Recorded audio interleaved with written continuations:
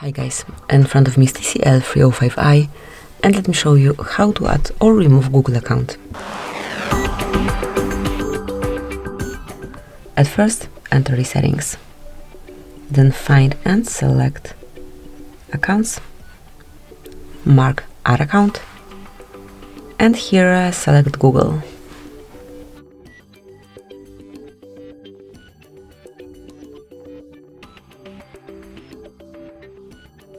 Now provide your email, address or phone number, whatever is connected with your Google account.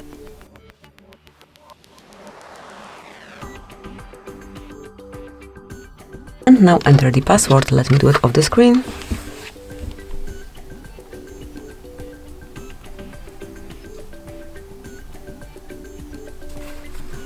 And when your password is entered, click on Next.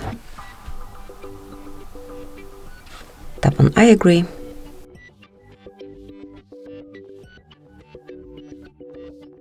Tap on More and Accept.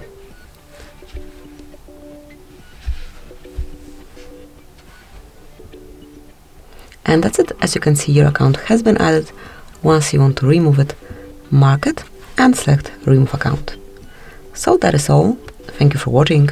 Please subscribe our channel and leave the thumbs up.